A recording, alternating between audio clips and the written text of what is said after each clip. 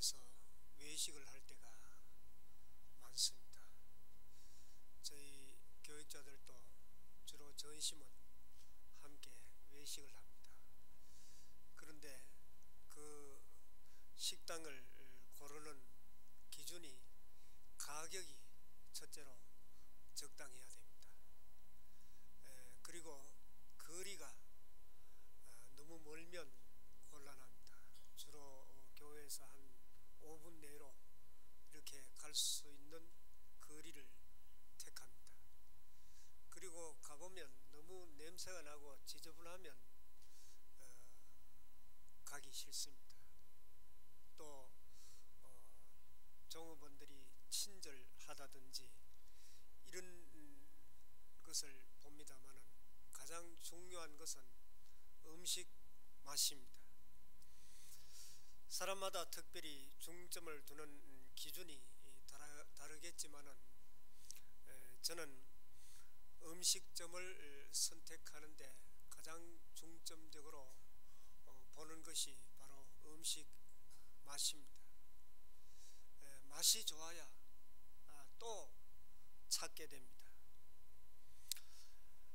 우리의 신앙생활도 마찬가지입니다.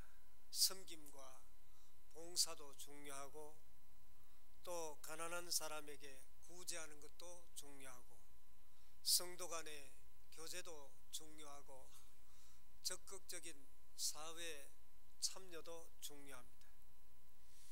교회에서 이런 것들을 잘해야 할 것입니다만은 그러나 이런 것들보다 더 중요한 것은 바로 예배입니다. 왜냐하면 예배가 신앙생활의 본질이기 때문입니다. 예배가 없는 봉사, 예배가 없는 구제, 예배가 없는 교제는 아무런 의미가 없습니다. 이사야 43장 21절 말씀 보면 이 백성은 내가 나를 위하여 지었나니 나를 찬송하게 하려 함이니라. 이 말씀을 보면 하나님께서 왜 우리를 지으셨는가 하는 목적을 알 수가 있습니다. 하나님께서 무엇 때문에 우리를 지으셨습니까? 하나님께서는 우리를 통하여 찬송을 받으시기 위하여 예배를 받으시기 위하여 우리를 지으신 것입니다. 요한복음 4장 23절 말씀 보면 아버지께서는 자기에게 이렇게 예배하는 자들을 찾으시느니라. 하나님은 예배하는 자들을 찾고 계십니다. 따라서 신앙생활을 잘하기 위해서는 하나님 앞에 예배를 잘 드려야 됩니다. 성경의 인물 가운데 예배를 모범적으로 잘 드린 인물이 아브라함입니다. 흔히 우리는 아브라함을 믿음의 조상이라 그렇게 부릅니다. 그것은 크게 세 가지 이유 때문입니다. 첫째는 아브라함은 하나님의 말씀에 철저하게 순종했기 때문입니다. 고향과 친척과 아버지의 집을 떠나라 했을 때 조상 대대로 살던 그 고향을 과감하게 버리고 떠났습니다. 하갈과 이스마엘을 내어 쫓으라고 했을 때 하나님 앞에 묻지도 않고 이해가 되지 않아도 그대로 순종합니다. 100세에 낳은 독자 아들 이삭을 모리아산에 번제로 드리라 하나님 명령했을 때 아브라함은 도무지 이해가 되지 않고 도저히 순종할 수 없는 그런 상황 가운데서도 즉각 순종합니다. 아브라함은 순종의 사람이었습니다. 둘째로 하나님의 말씀을 철저하게 믿었습니다. 100세가 되어 그의 몸이 죽은 것과 같았다 그랬습니다. 도저히 아이를 낳을 수 없는 그런 상황이었지만은 그러나 하나님께서 네 자손이 하늘의 별과 같이 그리고 땅의 모래알과 같이 번성하리라 하신 이 말씀을 그대로 믿었습니다. 그리고 셋째로 아브라함은 하나님을 위하여 가는 곳마다 제단을 쌓았습니다. 오늘 본문 7절 말씀 보면 여호와께서 아브라함에게 나타나 이르시되 내가 이 땅을 내 자손에게 주리라 하신지라. 자기에게 나타나신 여호와께 그가 그곳에 제단을 쌓고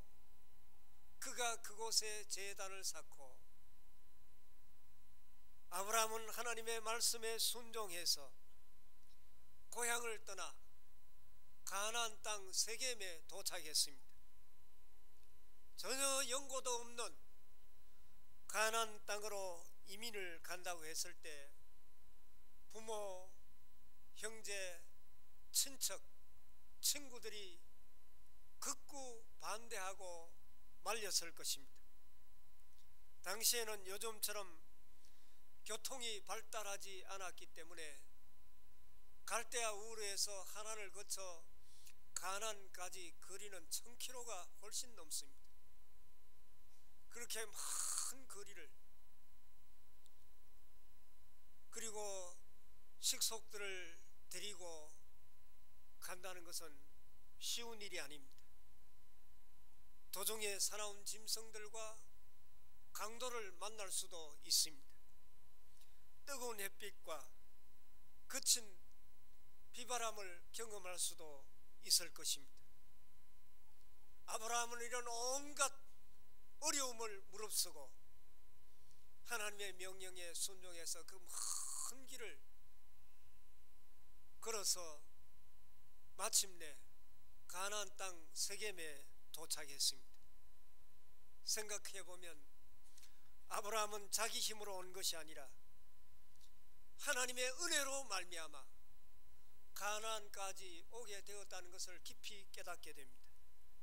그래서 그는 감사하는 마음으로 도착하자마자 제단 쌓고 하나님 앞에 제사를 드립니다. 그런데 그는 가나안 땅에서만 제단을 쌓은 것이 아닙니다. 이어서 8절 말씀 보면 거기서 베델 동쪽 산으로 옮겨 장막을 치니 서쪽은 베델이요 동쪽은 아이라. 그가 그곳에서 여호와께 제단을 쌓고 여호와의 이름을 부르더니 세겜에 도착했던 아브라함은 이제 다시 이사를 하게 됩니다. 베델 동쪽에 있는 어느 산에 장막을 쳤습니다. 당시 아브라함은 양을 치는 유목을 하고 있었기 때문에 풀을 따라 가축과 함께 계속해서 이동을 했습니다. 그래서 이제 천막을 치고 가는 곳마다 이렇게 기거를 하게 되는데, 비록 임시적인 주거 형태이지만은 아브라함은 베델과 아이 사이에 어느 한 산에 장막을 쳤습니다. 그리고 거기서 다시 여호와 하나님 앞에 제단을 쌓았습니다. 그런데 그 다음에 보면 8절 하반절에 그곳에서 제단을 쌓았을 뿐만 아니라 여호와의 이름을 불렀다고 말씀하고 있습니다.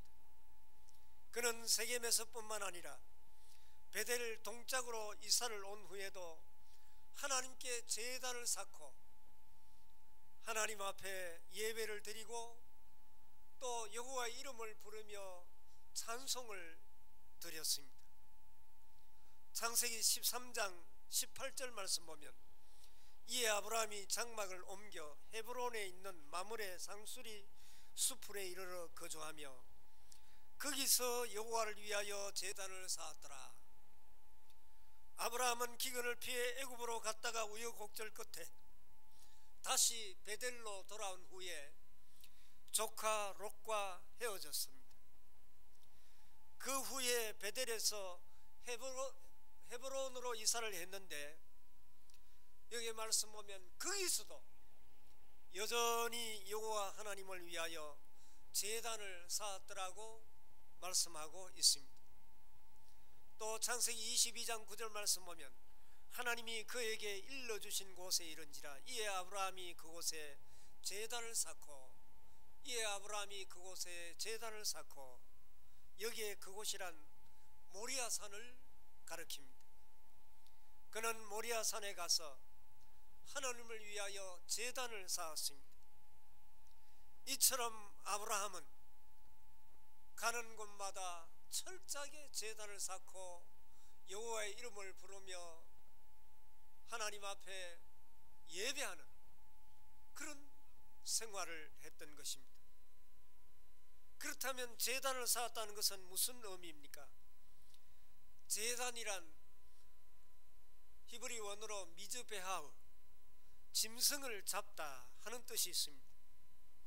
따라서 제단은 짐승을 잡아 피를 흘려 하나님께 희생 제사를 드리는 곳입니다.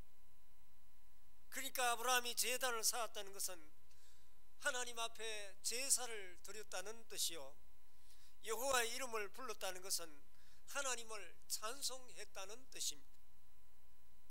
오늘날로 말하면 하나님 앞에 철저하게 예배를 드렸다는 말씀입니다. 아브라함은 이사를 다닐 때마다 항상 하나님의 이름을 부르고 하나님께 예배하고 하나님을 찬송하는 이 일을 가장 우선순위에 두었다는 말씀입니다. 그런데 중요한 것은 아브라함이 누구를 위하여 제단을 쌓았습니까? 아브라함은 자신을 위하여 제단을 쌓은 것이 아니라 하나님을 위하여 제단을 쌓았다는 것입니다. 우리 한국 교회에서 이 예배에 대해서 오해하는 부분이 있습니다. 많은 성도들이 내 잘 되기 위해서, 내가 복받기 위해서 하나님 앞에 나와 예배하는 이런 분들이 많습니다. 그러나 내 복받기 위해서 예배하는 것이 아닙니다. 우리는 예배 정신을 정확하게 알아야 됩니다. 우리가 뭔가를 받기 위해서 예배하는 것이 아니라 이미 우리를 구원해 주시고 은혜를 베풀어 주신 하나님 앞에 감사를 드리기 위하여, 하나님을 찬양하기 위하여 예배하는 것입니다. 물론 성경에 보면 이스라엘 백성들이 온전히 하나님을 섬기고 하나님 앞에 예배를 잘했을 때 하나님께서는 그 예배를 받으시고 복을 내리워 주셨습니다. 반대로 하나님을 위하여 제단을 쌓지 않고 자신을 위하여 제단을 쌓았을 때 하나님은 그 제사를 받지 아니하시고 오히려 심판하셨습니다. 하나님께서는 예배드리는 우리에게 분명히 은혜와 복을 내리워 주십니다. 그러나 예배는 하나님의 이름에 합당한 영광을 돌리는데 그 목적이 있는 것입니다. 그런데 우리 주위에 보면 오랫동안 신앙생활을 한 분조차 이 예배 정신을 망각하는 경우가 많습니다. 이스라엘의 초대 왕이었던 사울을 여러분들은 잘 아실 것입니다. 사무엘상 14장 35절 말씀 보면 사울이 여호와를 위하여 제단을 쌓았으니 이는 그가 여호와를 위하여 처음 쌓은 제단이었더라. 처음 쌓은 제단이었더라 이렇게 말씀하고 있습니다. 사울 왕은 블레셋과의 전쟁을 이기고 난 후에 여호와를 위하여 처음으로 제단을 쌓았다는 것입니다. 그가 처음으로 여호와께 예배했다는 것입니다. 언뜻 들으면 사울이 그동안 제단을 쌓은 적도 없고 제사 드린 적도 없었는가 하는 생각이 들 것입니다. 그러나 그동안 그가 제단을 쌓고 제사를 드리기는 했습니다. 또 앞부분에 사무엘상 13장 8절 9절 말씀 보면 사울은 사무엘이 정한 기간대로 1회 동안을 기다렸으나 사무엘이 길갈로 오지 아니하매 백성이 사울에게서 흩어지는지라 사울이 이르되 번제와 화목 제물을 이리로 가져오라 하여 번제를 드렸더니. 여러분, 과거의 사울 왕이 번제를 분명히 드렸습니다. 사울 왕은 병거와 마병을 거느리고 해변의 모래와 같이 수없이 밀려 들어오는 그 블레셋 군대를 두려워하여 자기에게서 마음이 점점 멀어지는 백성들을 보고 사무엘 선지자를 대신하여 직접 자기가 제사를 드렸습니다. 그런데 그때 드린 번제는 하나님을 위한 제사가 아니라 자기 자신을 위한 그런 제사였습니다. 그래서 성경은 사울 왕이 블레셋과의 전쟁 전에 드렸던 번제는 번제가 아니라는 것입니다. 대신에 블레셋과의 전쟁에서 이기고 난 후에 드린 그 번제가 여호와를 위하여 드린 첫 번째 번제라는 것입니다. 이것은 제사는 나 자신을 위하여 드리는 것이 아니라 하나님을 위하여 드리는 것임을 우리에게 가르쳐주고 있습니다. 그렇다면 구약의 제사는 신약 시대에는 예배입니다. 여러분, 예배를 누구를 위하여 드리는 것입니까? 내 자신의 안일과 평안과 내 잘되라고 예배를 드립니까? 아니면 하나님의 영광을 위하여 예배를 드리는 것입니까? 당연히 하나님을 위하여 예배를 드리는 것입니다. 그렇기 때문에 사업에 바빠도 예배를 드려야 됩니다. 날씨가 추워도 예배를 드려야 됩니다. 몸이 피곤해도 기분이 꿀꿀하고 좋지 않아도 반드시 예배는 드려야 됩니다. 수능시험을 앞둔 고3 수험생은 바쁘다는 핑계로 1년 동안 교회를 쉬고 예배를 쉬자, 그렇게 해서는 안 됩니다. 학기말 시험 기간이라고 예배를 쉬는 것이 아니라 바쁜 학기말 시험 기간에도 반드시 하나님 앞에 예배는 드려야 됩니다. 가는 곳마다 하나님을 위하여 제단을 쌓았던 아브라함처럼 날마다 하나님을 위하여 예배하는 우리들이 되어야 할 것입니다. 아브라함이 복의 근원이 될 수 있었던 이유는 그가 하나님의 말씀에 철저하게 순종했을 뿐만 아니라 가는 곳마다 제단 쌓고 예배하는 그런 삶을 살았기 때문입니다. 또한 아브라함의 가문이 잘 된 이유가 무엇입니까? 그 자손들이 항상 제단 쌓고 하나님 앞에 예배하는 삶을 살았기 때문입니다. 창세기 26장 25절 말씀 보면 이삭이 그곳에 제단을 쌓고 여호와의 이름을 부르며 거기 장막을 쳤더니 이삭의 종들이 거기서도 우물을 받더라.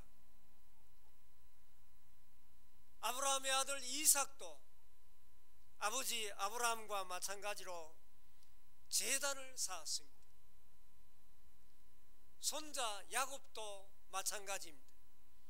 창세기 33장 20절 말씀 보면 거기서 제단을 쌓고 그 이름을 엘로헤이 이스라엘이라 불렀더라. 엘은 하나님이라는 뜻입니다. 그리고 엘로헤는 엘의 복수입니다. 하나님, 이스라엘의 하나님, 그런 뜻입니다. 아브라함의 손자 야곱도 20년 동안 외삼촌 라반의 집에서의 삶을 끝내고 고향으로 돌아와 먼저 하나님 앞에 제단을 쌓고 제사를 드렸습니다. 이와 같이 아브라함처럼 그의 후손들도 옮겨 다니는 곳마다 제단 쌓고 하나님께 예배했습니다. 그리고 그들이 제단을 쌓을 때마다 하나님과의 관계가 깊어지고 그리고 하나님께로부터 큰 복을 받아 누리게 된 것입니다. 그래서 아브라함의 가문이 복된 가문이 되었고, 성경에 보면 아브라함의 하나님, 이삭의 하나님, 야곱의 하나님, 그렇게 하나님을 부르고 있습니다. 이것은 우리에게도 동일하게 적용이 되어져야 할 것입니다. 우리가 하나님께 예배를 드리면 드릴수록 우리는 복된 인생을 살아갈 수 있습니다. 그렇습니다. 예배는 하나님의 백성된 성도들의 의무이기도 하지만 하나님의 복을 받는 비결이기도 한 것입니다. 사랑하는 교회 여러분, 복된 인생을 살아갈 수 있는 비결이 무엇입니까? 아브라함처럼 복된 사람이 되기를 원하십니까? 자손들이 하나님께 귀하게 쓰임받는 인물이 되기를 원하십니까? 그렇다면 자녀들에게 세상의 그 어떤 것보다 하나님께 예배하는 이 삶이 가장 복된 삶임을 어릴 때부터 가르치고, 그리고 주일마다 자녀들을 데리고 교회에 나와서 예배드리는 삶의 모범을 보여주어야 되는 것입니다. 종종 우리는 예배 보러 간다, 또 예배 보고 왔다, 예배 보고 있다, 이런 말을 합니다. 이것은 잘못된 말입니다. 예배는 보는 것이 아니라 하나님 앞에 드리는 것입니다. 예배 본다 라고 말하는 대신에 예배를 드린다, 그리고 예배한다 라고 말해야 됩니다. 예배라는 말에 존경의 의미가 들어있기 때문에 예배한다 라고 말해도 괜찮습니다. 우리는 예배를 보는 사람이 되지 말고 하나님 앞에 예배를 드리는 사람이 되어야 할 것입니다. 우리는 예배 구경꾼이 되지 말고 하나님이 찾으시는, 하나님이 기뻐 받으시는 그런 예배자가 되어야 할 것입니다. 신학자 칼 발트는 예배는 가장 중요한 것이요, 또 가장 긴급한 것이요, 가장 영광스러운 일이다 라고 말했습니다. 최고의 감격과 최고의 영광스러운 행위가 하나님 앞에 예배하는 것입니다. 여러분, 하나님께 우리는 예배하는 삶을 세상의 그 어떤 것보다 최우선순위에 두어야 할 것입니다. 하나님은 예배하는 자를 찾으시고 계십니다.